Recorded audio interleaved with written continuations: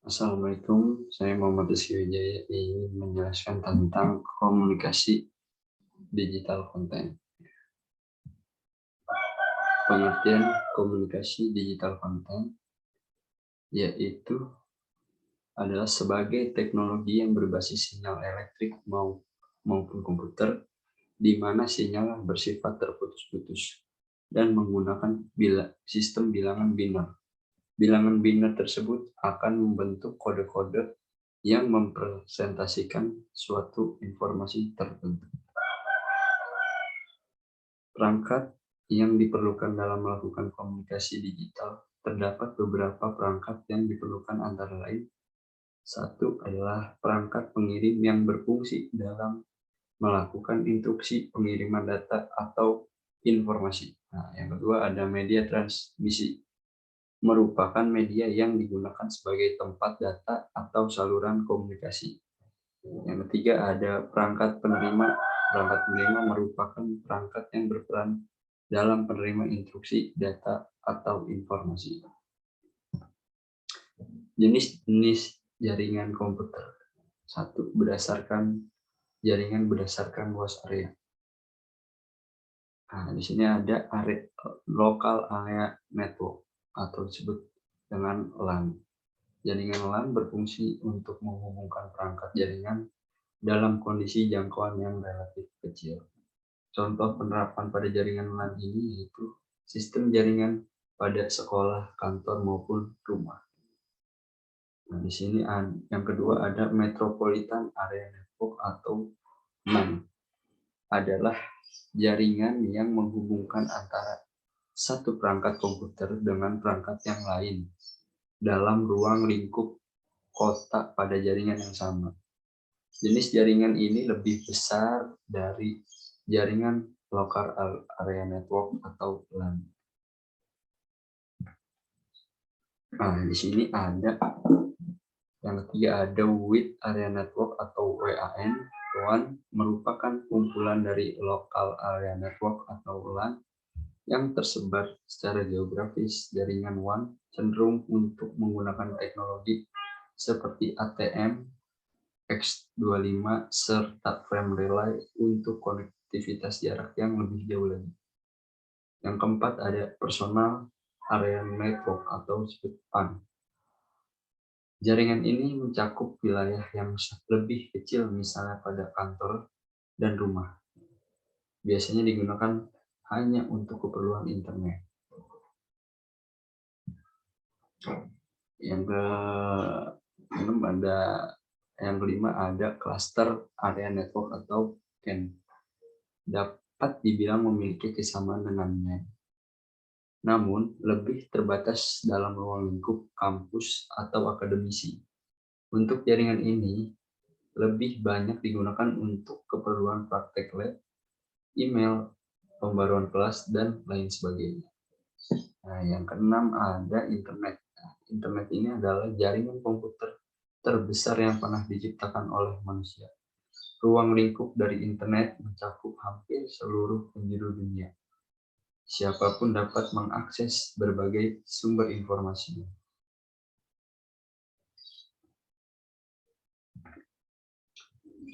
Dua, berdasarkan media penghantar. Yang satu ada wide network, adalah network yang menggunakan kabel sebagai media penghantar. Jenis kabel yang umum digunakan pada network biasanya terbuat dari bahan tembaga. Nah, ada yang kedua adalah wireless network, menggunakan media penghantar berupa gelombang radio atau cahaya. Oleh sebab itu, pengguna dapat dengan mudah mengakses network tanpa harus memasang kabel pada komputernya. Yang ketiga, ada berdasarkan pola operasi. Client server adalah network yang memiliki satu atau lebih komputer yang dapat melayani komputer lain. Komputer yang melayani ini disebut server, sedangkan komputer yang dilayani disebut client. Di sini ada yang kedua, ada peer-to-peer. Adalah network yang setiap komputernya bisa melayani atau dilayani pada saat bersamaan. Standar dan protokol komunikasi jaringan. Ethernet atau internet adalah standar jaringan yang tidak menentukan pusat komputer atau perangkat di jaringan node atau node harus mengontrol ketika data yang ditransmisikan. Yang kedua ada cincin token. Token ring standar menetapkan bahwa komputer dan perangkat pada jaringan berbagai atau melewati sinyal khusus. Yang ketiga ada TCP atau IP. TCP atau IP protokol adalah jaringan yang mendefinisikan bagaimana pesan atau data dirutekan dari suatu jaringan ke jaringan lain. Yang keempat ada Wi-Fi. Kalian tahu lah Wi-Fi.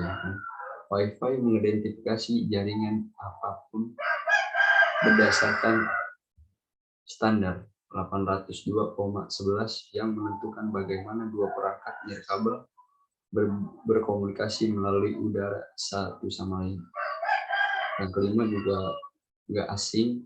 Di sini ada Bluetooth. Bluetooth adalah protokol jaringan yang mendefinisikan bagaimana dua perangkat Bluetooth menggunakan gelombang radio jarak pendek untuk mengirimkan data. Yang ketujuh ada ultra wideband atau UWB. UWB atau ultra wideband adalah standar jaringan yang menentukan bagaimana dua perangkat UWB menggunakan gelombang radio jarak pendek untuk berkomunikasi dengan kecepatan tinggi satu sama lain.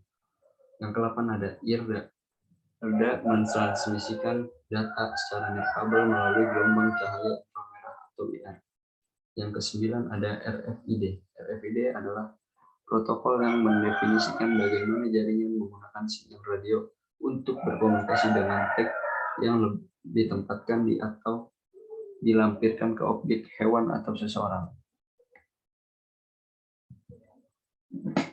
Di sini ada macam-macam perangkat jaringan komputer. Yang satu ada server. Server ini berfungsi sebagai tempat atau media untuk menyimpan informasi. Yang kedua ada network interface card atau NIC. Dapat disebut juga dengan LAN card expansion board yang digunakan supaya komputer dapat terhubung dengan jaringan. Kabel jaringan. Kabel merupakan media untuk menghubungkan satu perangkat dengan perangkat yang lain. Yang keempat ada hub dan switch. Switch merupakan perangkat jaringan komputer yang berfungsi untuk menghubungkan beberapa komputer. Yang kelima ada router. Router adalah perangkat jaringan komunikasi yang berfungsi untuk menghubungkan LAN ke dalam satu jaringan WAN. Yang keenam ada bridge. Bridge adalah sebuah piranti yang digunakan untuk meneruskan lalu lintas antara segmen jaringan berdasarkan informasi pada sebuah data link.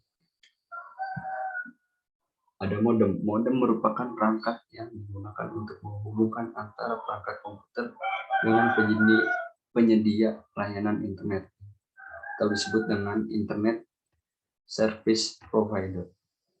Yang kedelapan ada repeater. Repeater adalah suatu perangkat yang berfungsi untuk memperkuat dan regenerasi jaringan dan sinyal yang masuk.